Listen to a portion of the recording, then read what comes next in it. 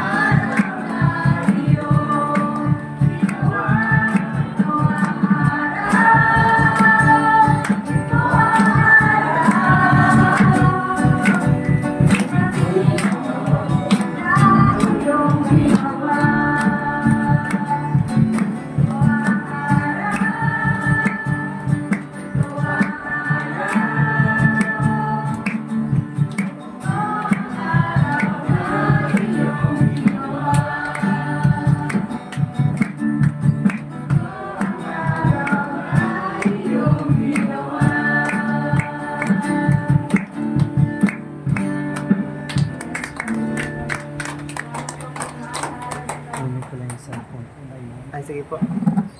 Ay, malayo. Muli ay pasalamatan natin siya sa ating pagtutulong.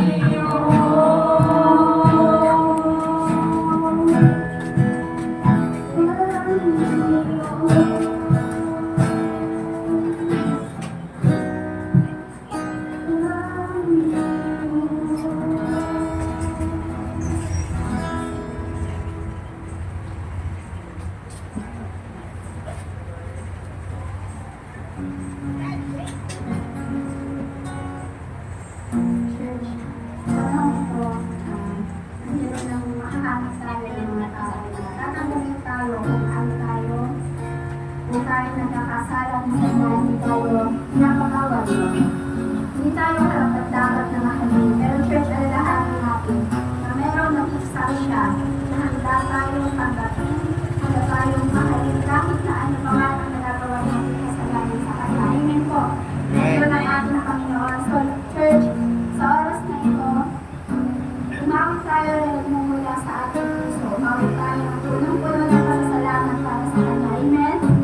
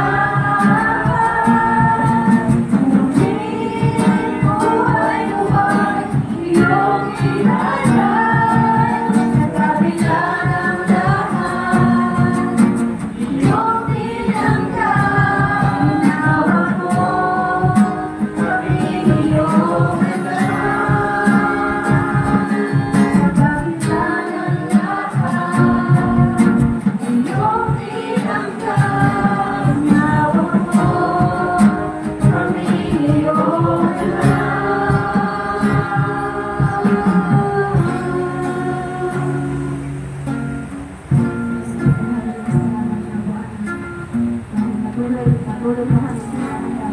Kaya namin ang dalawang pagmamahal na sa inyo.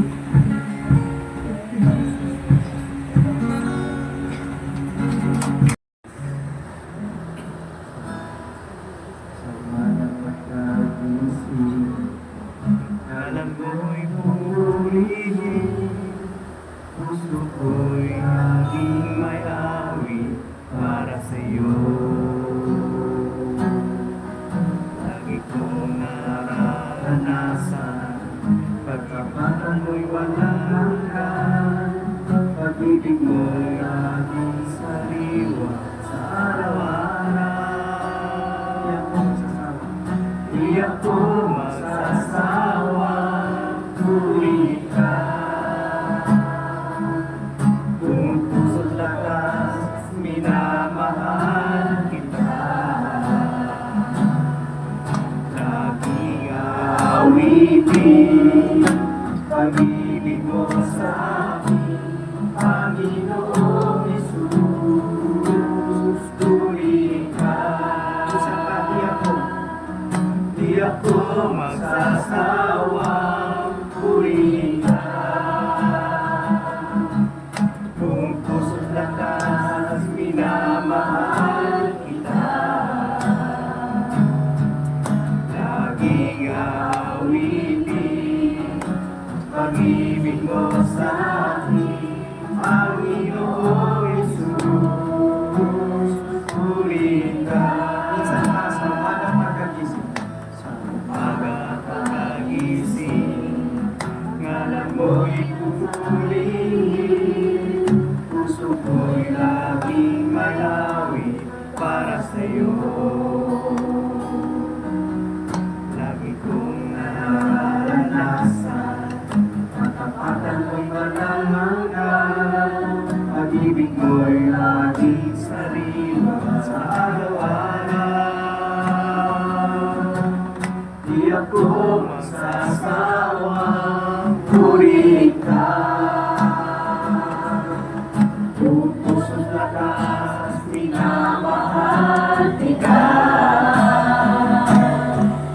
Laging awitin, pag-ibig mo sa akin, Panginoong Hesus, purihin ka. Di ako magsasawang purihin ka. Kung puso't lakas, minamahal kita. Laging aawitin, pag-ibig mo sa akin, Panginoong Hesus. Una lang tayo, di ako magsasawang Di ako magsasawang purihin ka.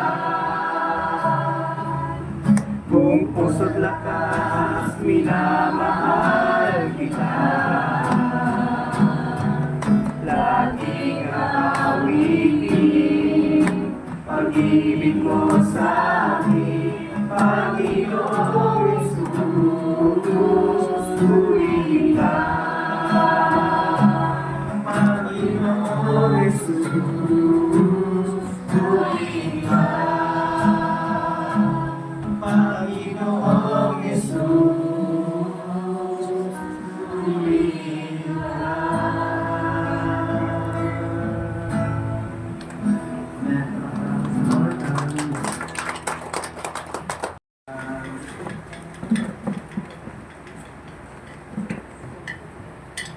Nalala ko nung bago pa lang kami nananampalataya, katulad din po na nakakarami sa atin na struggle po yung pagpapatotoo. No?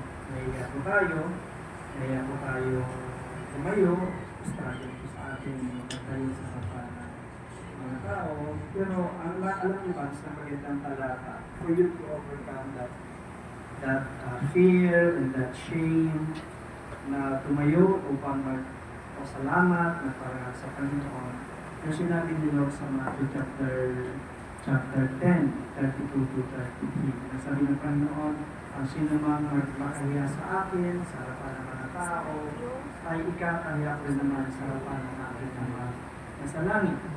Pero sino man kikilala sa Panginoon sa harapan ng mga tao, ay kikilalanin din naman ng Panginoon sa harapan ng ating Ama nasa langit. Amen.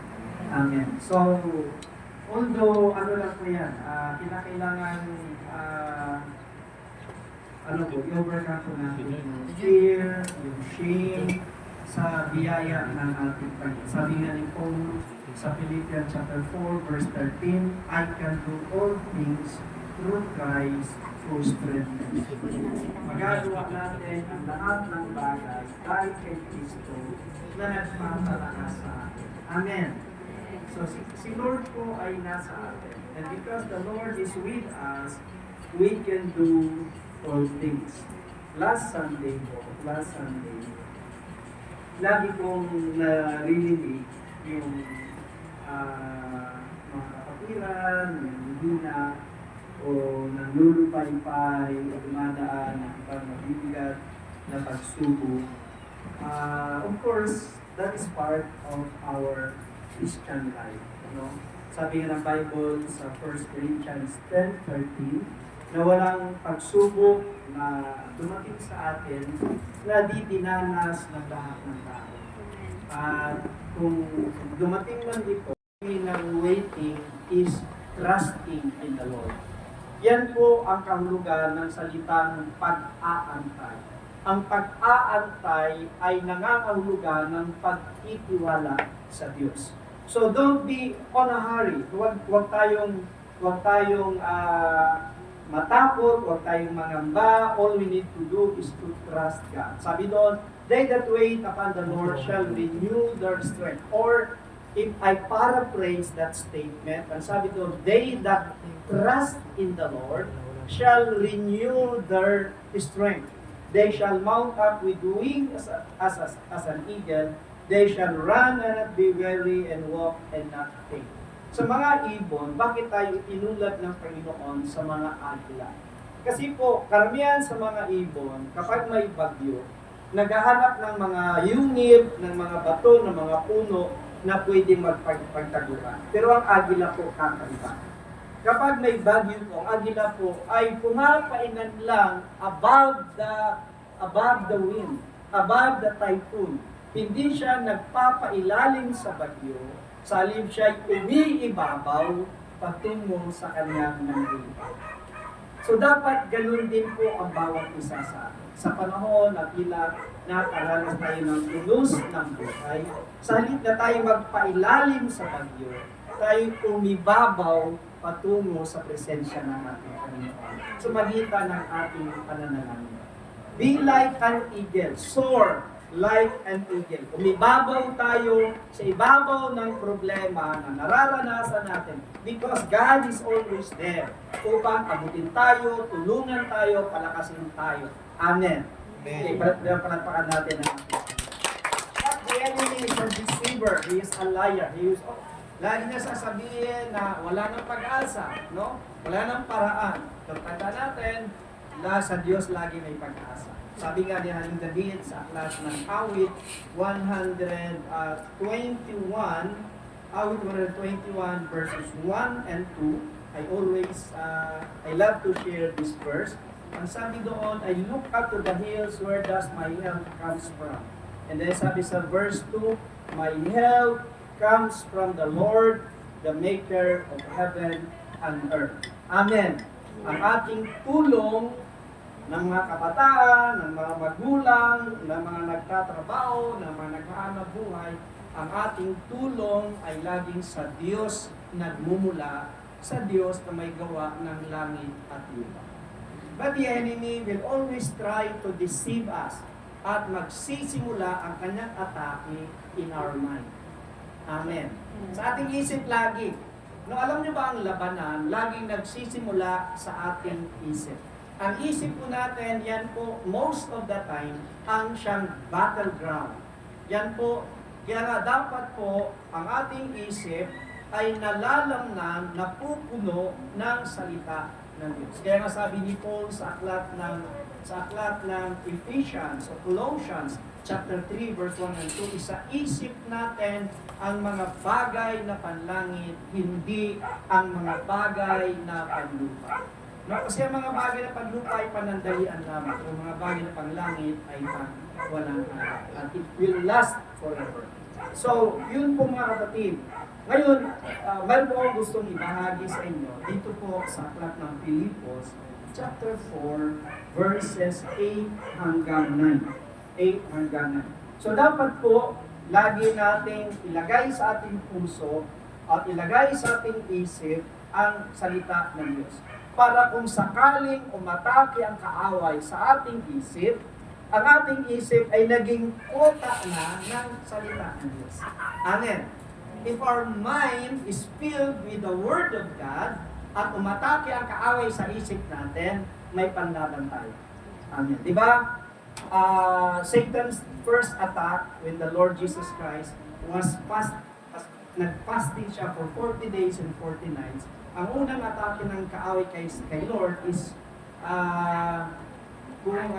kung ikaw ang anak ng Diyos, gawin mong tinapay ang batong ito. And then ang unang sagot ng Panginoon, sapagkat the Word of God is within His heart and mind, ang sabi ng Panginoon, man shall not live by bread alone, but by every word that proceeds out of the mouth of God. Alam niyo ba, bakit si Lord, ang dami niyang alam na salita? Kasi mula pa lang sa pagkanyang pagkabata, lagi na siyang andun sa church, lagi na siyang andun sa temple. Magmula pa sa pagkasanggol niya sa edad na 8 araw, nagkaroon na siya ng circumcision, and at the age of 30, most probably 30 days, dinadala na siya sa templo nang ihandog ang Panginoon sa edad na 30 araw. Hinandog siya, dinala siya sa templo, dahil yan po ang ayon sa kautusan ng mga bata, ng lalaki, ay inihandog sa templo, nagkakaroon ng child dedication, kapag ito ay umidad na 30 araw. Kasi bakit po 30 araw? O most probably, 30 araw or even more. Kasi ayon po sa kultura ng mga Hudyo, kapag ang babae ay nanganak ng isang lalaki, itinuturing siyang marumi sa loob ng 30 araw. So, ibig sabihin, hindi siya makakapasok sa temple within 30 days. So, pinakailangan makatapos mo ng 30 days and magkakaroon ng ceremonial cleaning, and after that, pwede na siya makapasok sa temple at naihandog ang kanyang anak. Kapag ito naman ay pinanganak niya ay babae, itinuturing siyang marumi sa loob ng 60 araw, 2 buwan. So after 2 months, magkakaroon ng ceremonial cleaning sa kanya, and then after that, saka pa lang siya makapasok sa temple para maihandog ang kanyang anak. So since the Lord Jesus ay isang lalaki, after 30 days, saka siya nadala sa temple upang ihandog sa ating Panginoon, sa ating Diyos, ayon sa kanilang tuntunin, ayon sa kanilang kultura. And then every year, andun sila lagi kasi nakatira sila sa Bethlehem o nasa Nazareth. Every year, nagpupunta sila doon sa Jerusalem para mag-worship sa God. Alam nyo, we are so blessed. Why? Kasi every Sunday, meron tayong pananumba. Amen. Sila noon, nakakapunta lang sila every year sa Jerusalem. Although, mayroon silang tinatawag na synagogue. Ang synagogue is like this place, meeting place. Ang ibig sabihin ng synagoga, dako kung saan andun ipinapangaral ang salita ng Diyos, binabasa ang salita ng Diyos. This place is like a synagogue. Okay? Pero yung pinaka-place of worship talaga nila, nasama-sama silang sumasamba, pupunta sila sa Jerusalem. Kasi yun talaga ang center of worship. And it took them many days, o ilang araw na paglalakbay bago makarating ng Jerusalem. I think mga 3 days or more than mga 3 days or even more. Kasi wala pa namang mga sasakyan noon, kundi kabayo at kamelyo. Kaya medyo mabagal ang transport. So, grabe, dutong-duto siya sa Word of God, sa salita ng kanyang Ama sa langit na ating Ama through the Lord Jesus Christ. So, pero ang kagandahan sa ating Panginoon, lahat ng salita ng Ama ay talagang nasa puso niya. Nasa puso niya, nasa isip niya. Kaya nung tinukso si Lord Jesus Christ, ang pinanlaban niya ay hindi niya salita, hindi niya karunungan, kundi salita ng Diyos. Ang sagot niya, hindi lamang nabubuhay sa tinapay ang tao, kundi sa bawat salitang namumutawi sa lingid ng Diyos. Sana kinuha yung talatang yun. Sa Deuteronomy, yung man shall not live by bread alone was taken from the book of Deuteronomy. Kung di ako nagkakamali, Deuteronomy chapter 8. I forget the exact verse. So, yung mga verse na kinuquote ni Lord against Satan was written in the Old Testament. Doon sa unang libro, na unang 5 libro ni Moses. Kasi yung first 5 books, ang tawag dyan ay Pentateuch. Pentateuch, first 5 book of Moses, ay yung Genesis, Exodus, Leviticus, Numbers, and Deuteronomy. So yun yung unang 5 aklat na tinatawag na Pentateuch. And most of the Muslim people, they believe on that. Kasi lahi sila ni Abraham dahil kay Ismael. So dahil kay Ismael, but the reason why ang Arab nation was blessed because of Ismael na anak ni Abraham kay Hagar, ang alipin ni Sarah.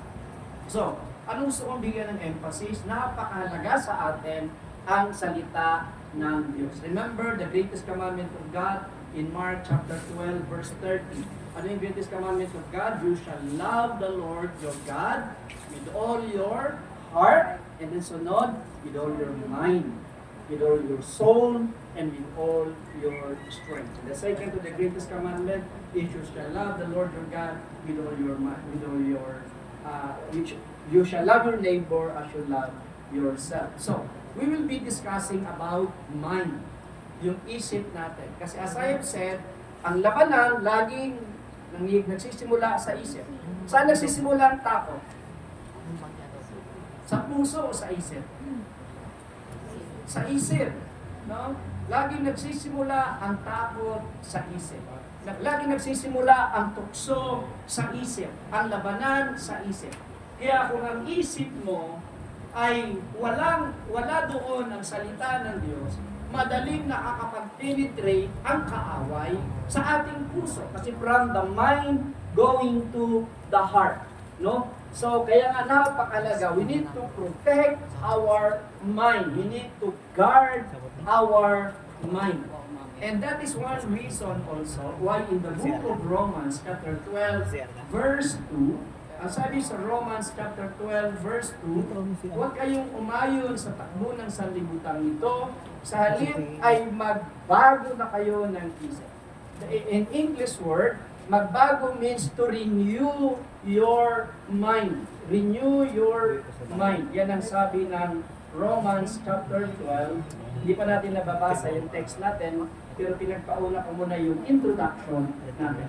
Sabi dito sa Romans 12:2, and do not be conformed to this world. Huwag tayong umayon sa takbo ng sanlibutan. Takbo ng sanlibutan ito ay, lalo na sa panahon natin ngayon, marami ng mga tao na wiwili sa sugal. And mas nakakalungkot na may mga Kristiyanong nahihirati sa pagsusugal. No? Pastor, kasalanan bang tumaya sa luto? Yung iba ay nagbabakasakali na kapag ako'y nanalo, pastor, sa luto, magta-tights ako. Okay. Ngayon, halimbawa, I don't know. Halimbawa, may nagbigay sa'yo ng tithes galing sa ano. Tatanggapin ba ng church? Tatanggapin ba ng, halimbawa, meron kayong kapitbahay, nanalo sa luto, tapos ito mag-tithes, tatanggapin ba o hindi? Tanggapin. Tanggapin nyo. Binigay sa inyo eh. Hindi naman kayo nito. Okay. So, nahirati. Alam niyo bang isa sa sugal na, tanda natin gusto kong liwanagin sa inyo, ang sugal ay salot, sumpa, nagwawasak ng buhay, nagwawasak ng pamilya, nagwawasak ng mga kaibigan ng relasyon. Nakakalungkot po na minsan mga sima, nakakalungkot mga sima na nalululong sa sugal ng online na sugal. Yung tinatawag nilang scatter. Yung scatter, natatawa siya. Baka nahanap na higla, makasaan na doon. Iwasan niya. Alam ko magkano ni Papatalo? Milyon! Nasa barko yun. Milyon ang ipapatalo niya sa pagsusugal sa scatter. Yung kinikita niya sa bangko, hindi niya naiuwi dahil naubos sa kasusugal online. Ang pagbabayad ay GCash o yung mga online din na payment. So, sa halip na nagtrabaho para sa pamilya, nawawala ng saysay at nagpaganap buhay dahil nalululong sa sugal. At nalulungkot ako, may nababalitaan ako mga Kristiyano na nalululong din sa scatter. Masama po yun. Masabi ko po, masama po yun dahil yun ay sugal. Yan po ay mahigpit na ipinagbabawal sa atin bilang mga Kristiyano dahil yan po ay hindi nagpapabuti sa atin. Maraming buhay, maraming pamilya. Meron isang kabataan dating lumaki sa isang Kristiyanong pamilya, pero sila ay medyo ng lamig sa gawain, hindi na nakakadalo. Itong kabataan lalaki nito na adik sa sugal. To the extent na ninanakaw na ang gamit ng kanilang bahay, ibinibenta para mayroong may pagsugal. At pag hindi binigyan ng pera, nagwawala. Anong ginawa ng pamilya? Dahil adik na sa sugal, doon dinala sa rehab. Pinarehab nila dahil talagang malalaki. Ayaw man sana ng nanay kasi awang-awa siya sa anak niya. Pero mas nakakaawa kung lalo lumala ng kanya. Nasa rehab. At hindi malaman kung kailan ay lalabas sa rehab kasi magdidepende yan sa kanyang performance doon sa rehab. Pero karamihan sa mga kabataan na nasa rehab, alam nila na pag bumait sila, palalayan sila. Kaya karamihan na doon, nagbabait-baitan. Nagbabait-baitan. Pero of course, syempre, mga psychologist naman yung mga andon, malalaman nila kung out of pretense lang o pretension lang ang kanilang kabaitan. So, yun ang nasa kanil doon. Nakaka-addict po yan. Huwag niyong i-attempt na malulong o kagatin. Kasi sa umpisa po, papanalunin kayo ng sugal na yan. Mananalo. Alam mo yun ano? Na kumindat siya. No? Ako hindi ko alam kung ano yun. Ano ba yung scatter? Yun yung number? Yung tumatakong number, yun ba yun? Ha? Yun ba yun? Ano ba yun? Ha? Maraming maraming yun. So, iwasan po natin yan. Kasi nakakaloko. Alam niyo ba yung kabataan na yun? Nananakit na ng kanyang tatay pag hindi siya binigyan ng pera. Sinasaktan na. Kasi lumaki siya eh. Lumaki ang katawan. At ano na, sabi ko nga, baka nagda-drugs na yan. Baka nalulung na pati sa drugs siya. So kaya, pinag-usapan na ng gagawin. Ang pinakasolusyon, rehab. So ngayon, nasa rehab yung ano. So kaya nga, sabi ng Biblia, do not be conformed to the pattern of this world, but be transformed by the renewing of your mind. Be transformed by the renewing of your mind. So, i-renew natin ang isip natin. Lahat ng kaparaanan, ng mundo, na alam natin na hindi matuwid, hindi karapat-dapat, huwag nating bilhin. Huwag nating tularan. Sa halimbawa, pagpapautang na may interest, 10%, 15%, 20%. Parang natawa naman si Mahal, nagpapautang kayo ng pera. Kasi kaya nga umutang kasi kailangan, nangangailangan, tapos napakalaki ng interest mo. Actually, biblically po, alam nyo ba, hindi ko sinasabing gawin nyo, pero kung kaya nyo gawin nyo. Biblically po talaga ang pagpapautang na sinasabi ng Panginoon ay huwag kayong umi-expect ng bayad. Yan po, turo na Biblia. Pero kung yan ay gagawin yung negosyo, para sa akin, kung ano lang yung pinapahintulot ng batas. Halimbawa, magkano ba pinapahintulot ng batas? 3% o 5%? 5%. So kung ano lang yung pinapahintulot ng batas, kasi ang batas, ayon sa sinasabi ng Biblia, ay inordain o inordain din ng God. So, as long as it is reasonable, pero kung magpapautang ka na lalo mo lang gigipitin yung tao, hindi ka nakakatulog. Amen. So that is the pattern of this world. So ano ginagawa ng ibang dinakabayan? Tumatakas. Katulad sa... Yung nasasabihin niyo ospital. Buti ko na mabanggit. Maraming pasyente sa ospital na tumatakas sa mahal ng bill. Kaya ngayon, yung mga pintuan ng ospital, may mga lock. Hindi ka basta-basta nakakalabas. Bago ka lumabas, tatanungin ka ng gwardiya, saan ka galing? Doon sa kagaling. Na ganyan sa ano, ganyan sa... Kasi, okay, mapapanggit ko na, perpetual. Sa perpetual, maraming tumatakas na pasyente. Kaya yung bawat pinto nila may mga gwardiya. May mga gwardiya kasi mayroong mga tumatakas, tinatakasan yung mga malalaking bill, malalaking bayarin. At hindi natin na masisi kasi wala naman talaga ang pangbayad. At yun lang yung nakisip nilang paraan para mabayaran ka lang. Pero alam niyo ba, marami namang ahensyang tumutulong na babayaran ng yung bill. Andyan yung, ano yung DSWD. Tama kayo? DSWD. Andyan yung PCSO, andyan yung PCSO, yung local government, maraming ahensya na tumutulong para so maraming kaparaanan si Lord para ma-meet yung ating pangailangan. Now, punto tayo sa ating tema, sa aklat ng Pilipos chapter 4 verse 8 and 9. Sabi rito, finally, brethren, whatever is true. Ano bang Tagalog sa true? Totoo. Whatever is honorable. Ano yung honorable? Ha? Honorable, marangal. Whatever is right. Whatever is pure. Whatever is lovely. Whatever is of good repute. If there is any excellence, and if anything worthy of praise, dwell on these things. Philippians chapter 4, verses 8 and 9. Tatagalugin ko po, sabi dito, sa wakas mga kapatid, anumang bagay na totoo. Ano bang mga bagay na totoo? First, to be sure what is true, the Word of God is true. Amen. That is reliable. The Word of God is reliable.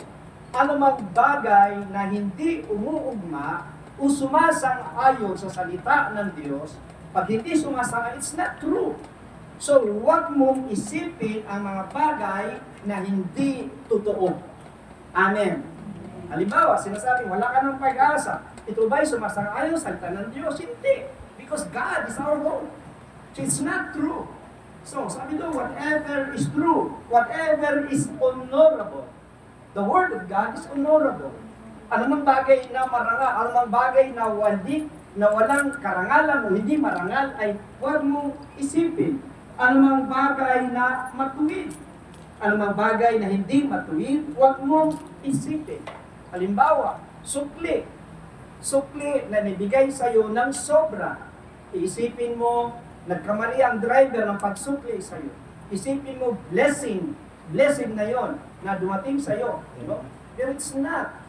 Balik mo yung sukli. Maglalaro sa isip mo na, okay na, sa'yo na yan. Total, ano naman mali naman ang driver, hindi mo kasalanan. Pero mali mo pa rin pag di mo binalik. Sabi sa aklat ng James 4:17, ang nakakaalam na mabuti na dapat gawin mo hindi ginagawa ay nagkakasala. Amen. So anumang bagay na matuwid, ayun ang bagay na isipin natin. Anumang bagay na malinis, yun ang isipin natin. Yung mga bagay na kaibig-ibig, yung mga bagay na marangal, no? Marangal at kapuri-puri. Think of all these things. Anong gustong ipahiwatig sa atin ng salita ng Diyos is that we need to guard our mind. Amen. Guard our mind sa magitan nitong mga paalalang ito ni Pablo nang isa-isip lang natin yung mga bagay na matuwid, bagay na totoo, mga bagay na malinis, mga bagay na karapat-dapat, marangal. Kung ito yung tumatayong parang filter sa anumang atake ng kaaway, para hindi siya makapenetrate sa puso natin. Amen. So, i-filter natin through the Word of God yung mga dumarating sa isip natin na atake ng ating kaaway. Because our enemy ay ano po siya, no? Sabi dito sa aklat ng Filipos, chapter okay, not Filipos, Ephesians. Sa Ephesians chapter 6, no? Sa Ephesians chapter 6, ang kanyang atake, Ephesians chapter 6. Sabi rito, simula sa verse 10, finally be strong in the Lord and in the strength of His might. Put on the full armor of God so that you will be able to stand firm against the schemes, yung mga pakana of the devil, yung mga pakana ng tao. For our struggle is not against flesh and blood, but against the rulers, against the powers, against the world forces of this darkness, against the spiritual forces of wickedness in the heavenly places. Therefore, take up the full armor of God, so that you will be able to resist in the evil days, and having done everything to stand firm. Stand firm, therefore, having girded your loins with truth, and having put on the breastplate of righteousness, and having shod your feet with the preparation of the gospel of peace. In addition to all, taking up the shield of faith, with which you will be able to extinguish all the flaming arrows of the evil one. At saan niya target yan? Sa isip. Yung nagliliyab na panak ng kaaway, ang target niya yung isip natin. So, di ba maraming minsan naglalaro sa isip natin? Ang takot sa isip, ang pangamba, ang pag-alilangan, ang pagdududa, selos, at lahat ng bagay, it started in our mind. So if our mind is not guarded with whatever is true, with whatever is right, with whatever is lovely, whatever is honorable, at hindi ito nababantayan ng anumang bagay na kapuri-puri, marangal, malinis, no, kaibig-ibig, makakalusot ito. Amen.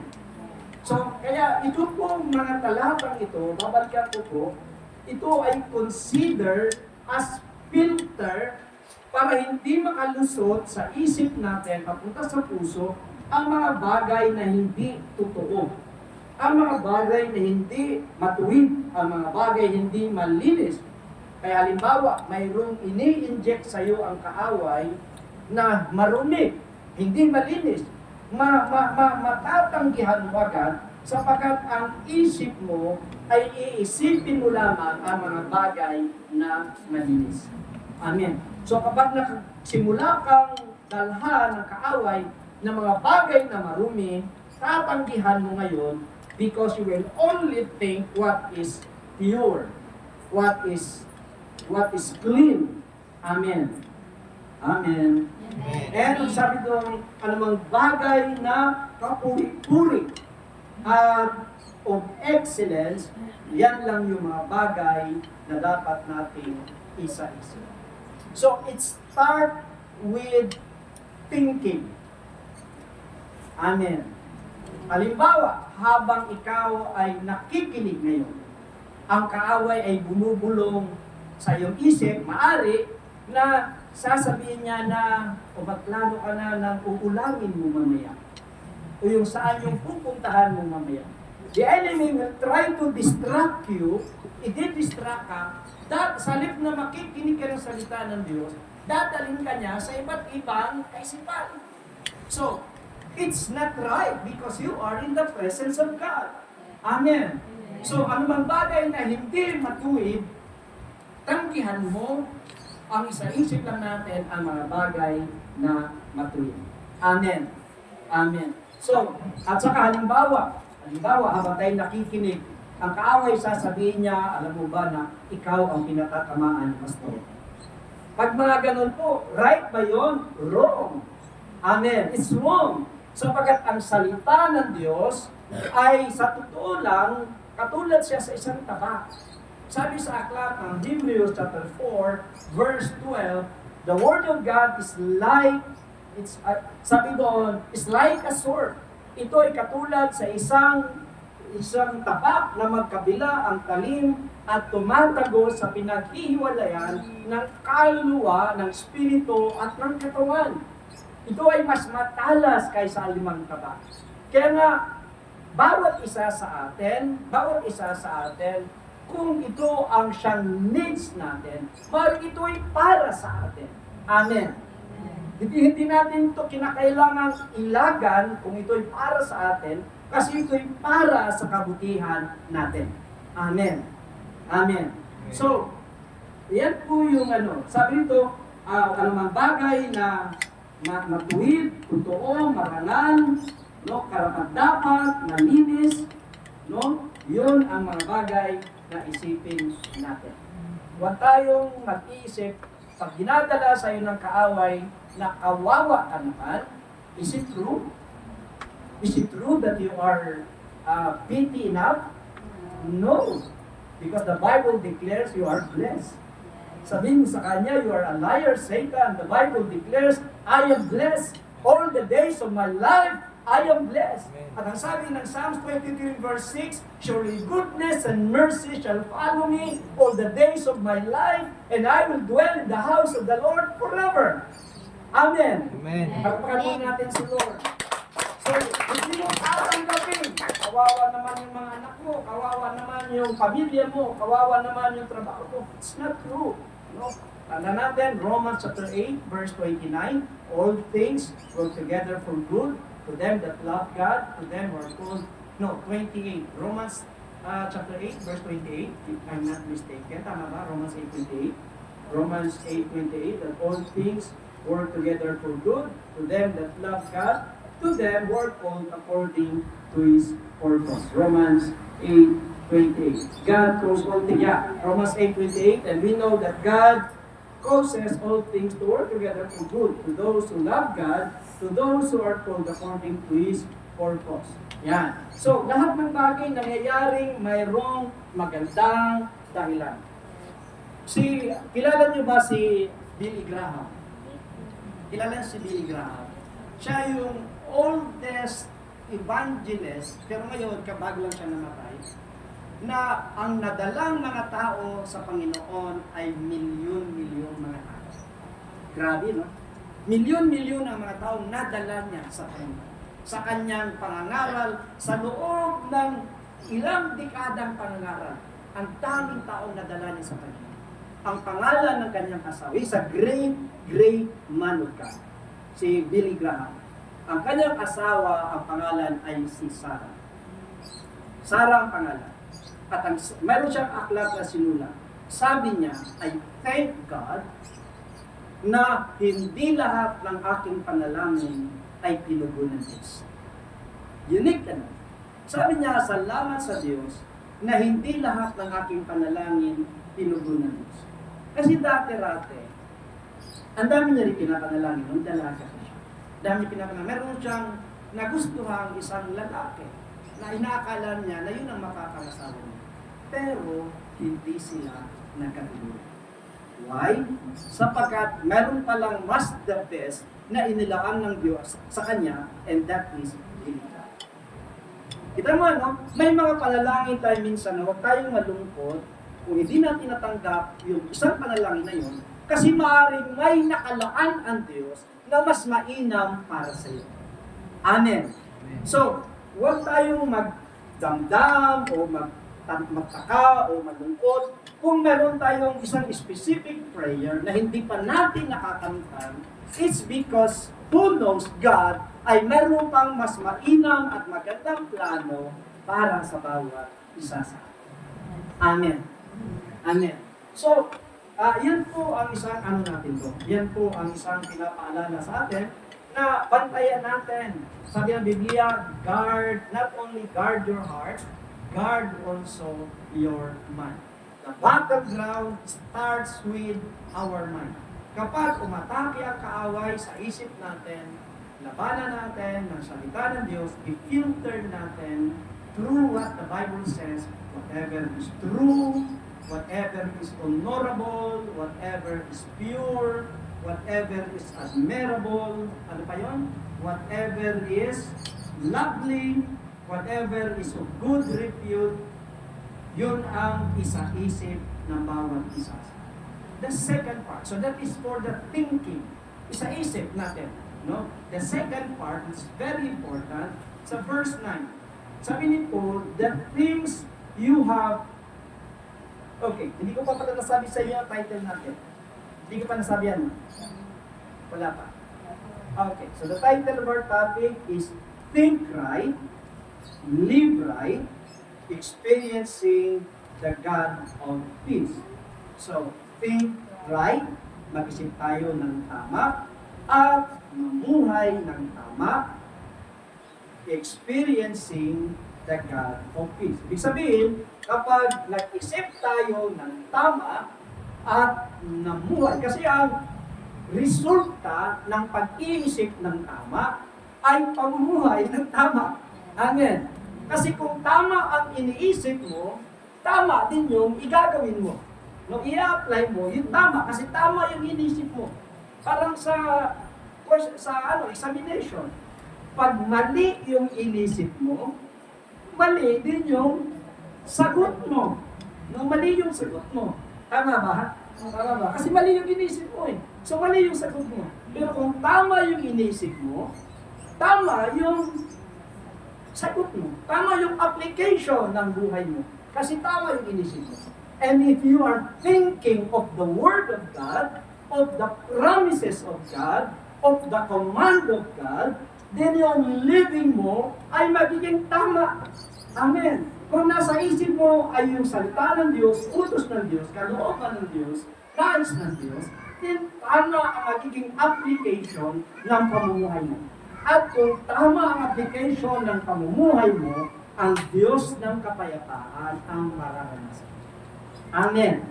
The God of Peace ang mararanasan. So that's the title of our topic. Think right, live right, experiencing the God of Peace. So the first one is thinking. You shall love the Lord not only by your strength, soul, heart, but also with your mind. Ang sabi ng Biblia, renew your mind. Kung kailan ka nakakilala sa Panginoon. Halimbawa, ikaw ay umiidad ng 30 taon. Tapos makilala mo siya at the age of 29. Ano pa 29? Mula pagkabata hanggang 29 years, ang dami mong natanggap sa isip na iba't ibang negative thoughts and words na nakaimbak sa isip at puso natin. Na kinakailangan mapalitan natin yung mga kaisipan at salitang hindi karapat-dapat. And that's the reason why yung iba, bukang bibig ang pagmumura. Why? Kasi mula pa pagkabata, yun na ang natanim sa isip at puso nila, ang kalit, ang puot, ang paninigaw, kasi na yun ang nakaimbak sa kanya. Pero kapag nakilala niya ang Panginoon at nagsimula ang salita ng Diyos na maghari sa puso at isip niya, yung mga lumang salita na yun, kapag naunawaan niyang mali yun at masama, i-reject niya na yun. Yan yung sinasabi ng Biblia, renew your mind. Ibig sabihin, baguhin na natin ang dating laman ng isip natin. Yan ang ibig sabihin ng renew. Baguhin, palitan natin ang dating laman ng isip natin. Kung tayo ay mahilig mag-alala sa buhay, palitan natin ng mahilig magtiwala sa Diyos. Amen. Mula sa mahilig mag-alala, palitan natin ng mahilig magtiwala sa Diyos. Kung dati mahilig ka lang magtiwala sa tao, ngayon mahilig ka lang magtiwala sa Diyos. Amen. So we need to renew our mind. And then the second thing, after the thinking, renewing our mind, loving our God with all our mind, sabi sa verse 9, the things you have learned and received and heard and seen. 4, babalikan ko po, yung mga bagay daw na natutunan, kayo po ba sa loob ng maraming buwan at taon na nakapakinig kayo ng salita ng Diyos, meron ba tayong natutunan? Amen. Sabi ng Biblia, the things you have learned and received. May mga bagay tayong tinanggap. Wala, hindi lang sa meron tayong natutunan, may tinanggap din tayo. At ano ba? Receive and heard. Marami na tayong napakinggan. Amen.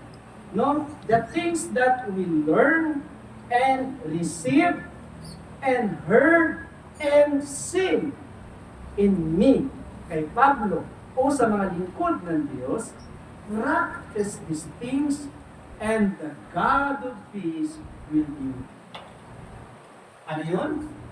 Whatever we have learned, sunod, receive, and heard, and sing. Apat. Learn. Ano sa? Learn, receive, heard, and sing. Ano daw gagawin natin? I-apply. Sabi ni James, kung pinapakinggan lang natin ang salita ng Diyos, ngunit hindi natin ito ginagawa, ay anong karugtong? Dinadaya natin ang ating sarili. Kaya sabi ni Paul, anumang bagay na inyong natutunan. And I believe we learn a lot sa pakikinig natin ng salita. Anumang bagay na tinanggap natin. Anumang bagay tinanggap natin, ikaw at ang Diyos ang nakakaalam. Yung mga bagay na, halimbawa, kapayapaan, tumanggap ka ng pagbabagong buhay. You receive from God. Sabi sa James 1:17, every good and perfect gift comes from the Father of light. About sa atin ay tumanggap ng kaloob. Do you believe that God has given you a gift? Ano yung pinakamalagang gift na tinanggap mo? Alam niyo ba kung ang pinakamalagang gift na tinanggap niyo? The gift of life. The gift of eternal life. Yan ang isang pinakamalagang regalong tinanggap natin mula sa Diyos. At sinong nagkaloob niyan? Si Lord Jesus Christ. When we accepted Him as our Lord and Savior, Jesus Christ, we received that gift of life.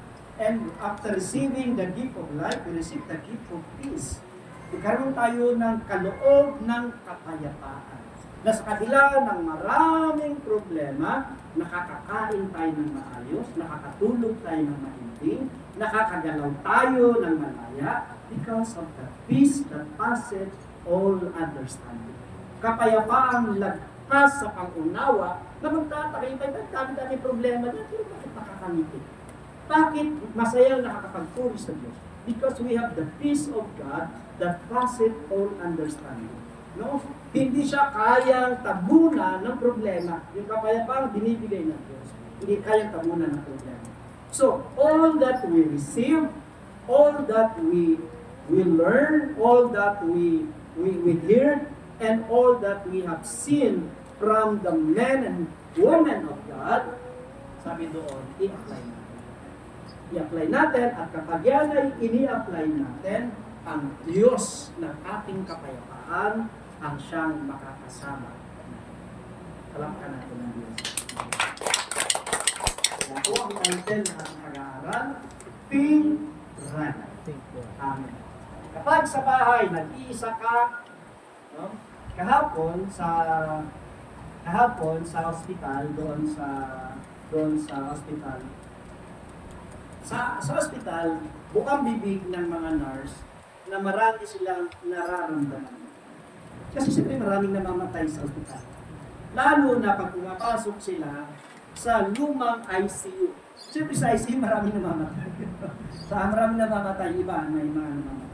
At yung lumang ICU na, ginawang bodega. So ginawang bodega yun, at doon nila ini-stock yung gamit nila. Tuwing pumapasok sila doon sa ICU na yun, na walang mga tao, kundi yung mga gamit nila, tumatayo balahibo. Kasi pakiramdam nila, may nagpaparamdam. Sabi ko sa nurse, pagpasok mo doon, kung may nagpaparamdam doon, ikaw ang unang magparamdam. Sabi ko sa kanya, ikaw, kasi may nagpaparamdam ka eh. Ikaw, unahan mo ng pagpaparamdam. Patugtugan mo ng mga, ng mga songs. No, para hindi ka madai kasi ang takot sa isip. Di ba, no? Ang takot, lalo na pag mahilig kayong manood ng horror movie. Kaya nga po, iminumungkahi ko sa ating mga Kristiyano, huwag na huwag kayong manunood ng mga horror film. Alam niyo ba kung bakit? Because that is a demonic, satanic influence ng kaaway. Sinasamantala ng demonyo yan, takutin ka. Alam niyo ba na maraming nanonood ng horror film na nade-demon possess? Nakaka-demonize siya pag nasobraan ka ng tao. Nagtatranscend yan dun sa tao. Kaya nga hanggat maaari, huwag niyong ipopromote. Ako pag may mga horror film sa bahay, pinapatay ko kaya nililipat ko na kasi ayaw na ayaw ko yung ganyan movie. Ini-inspire ng demonyo yan eh. Kahit na yung mga, naalala niyo si Julie Vega. Alam niyo ba kung bakit siya namatay? Galing yun sa isang shooting na na may kinalaman sa mga ganun na parang mga horror something. Mula doon siya nagkasakit. Yun ang niya, sayang yung bata. Hindi lang yun, meron kaming kamanggagawa na yung palabas kami, na doon sa palabas na yun, parang palabas ng mga kabataan. Anong tawag yun? Ang tawag sa mga ganung activities na parang movie, parang mag-artista sila. Doon sa activity niyan, act. Doon sa act na yun, meron tatayo parang si Satan. Doon sa act na yun. Meron siya magtatayo siya na siya yung mag-impersonate kay Satan. Pagkatapos nun, siya na iba yung nararamdaman. Humingi ng panalangin kasi siya mismo nararamdaman niyang inaatake siya ng kaaway. Hindi biro yung ikaw yung tatayo po niyan kasi Satan, ikaw ang devil. Hanggat mahal yung mga ganong act, huwag yung tatanggapin. Huwag kayong tatanggap ng act na ang papel niyo, ikaw yung diablo, ikaw yung huwag kayong papayag. Alam mo sa school, sabihin na ikaw na lang ang lalagyan kita ng sungay, ng buntot, huwag kayong papayag sa ganon. Kasi, kapag kayo ay medyo hindi naging mahinga, sinasamantala na kayo na, atakihin kayo ng takot. Manggagawa na ng church. After ng ganung event, humingi siya ng panalangin kasi iba yung nadidepress siya. So, mga kapatid, horror movies, horror film, kung sa inyong pamilya, may mga babasahin, may mga movie, may mga video about horror, tapon, wasakin nyo, basura nyo. Huwag yung maglalagay sa inyong bahay o manunood kasi inspired by the devil yung mga movie na ganyan. Kaya isa yan sa inanap sa inyo. Karamihan, yung mga tao nakakaranas na ganyan, yung mahilig sa yung mga nararamdam, nagpapakita, yung mga tao mahilig magbasa ng mga babasahin ng mga nakakatakot, manood na nakakatakot. Kaya laging pakiramdam na may nakikita, may nararamdaman. Kasi kung ano yung lagi mong pinapanood, binabasa, yun ang isang araw, ibabalik yan sa iyo. So yun ang isang Sabi ng Biblia, anumang bagay lang na malinis, dapat, kalugod-lugod, kapuri-puri, yun lang ang isa-isip natin. Amen. At yung mga bagay na natutunan, narinig, tinanggap, at nakita, mga bagay na mabuti nakita natin, yun ay gagawin natin? I-apply. So, think and do. Practice. Kapag yung ating naisip ay ating sinagawa, ang Diyos ng kapayapaan ang siyang maghahari sa atin. Lakpan natin ang Diyos natin. Aming Diyos, Ama, banal at makapangyarihan sa iyo. Maraming salamat po sa araw na ito na pinagpamilya ko sa amin. Salamat sa iyong banal na salita na sa amin nagbibigay liwanag, lakas at pag-asa. Dalahin ko po Diyos na simula sa araw na ito, alisin mo ang agam-agam, takot at pangamba sa aming puso, anumang pagdududa, anumang pag-alinlangan, anumang pangamba o Diyos. Awin mo ito, Panginoon, at mapalitan ito, Lord, ng pagtitiwala, pananampalataya, mga bagay na totoo, karapatapan, kapuri-puri, marangal, kahanga-hanga, yun lamang ang dapat maging laman ng aming isip at ng aming puso. Ito ay mapalitan ang mga lumang nakaimbak sa aming isip ay mapalitan ang salita ng Diyos, mapalitan ng pag-ibig, pagtitiwala, kapayapaan nagmumula sa inyo. Tulungan niyo po kami, Panginoon, ng lahat ng aming natutunan, ang lahat ng aming tinanggap mula sa inyo, sa banal na Espiritu, lahat ng aming narinig na iyong salita at pangungusap, at lahat ng aming nakita, Panginoon, na mabubuti karapat-dapat ay aming maisagawa, na ipamuhay, at sa gayon, ikaw na aming Diyos na kapayapaan, ang siyang makahari sa puso at isip at buhay ng bawat isa sa atin. Yan din po sa aming mga tahanan. Salamat po, Ama, sinasamba ka namin, pinupuri, dinadakila, sa pangalan ng Panginoong Hesus. Amen.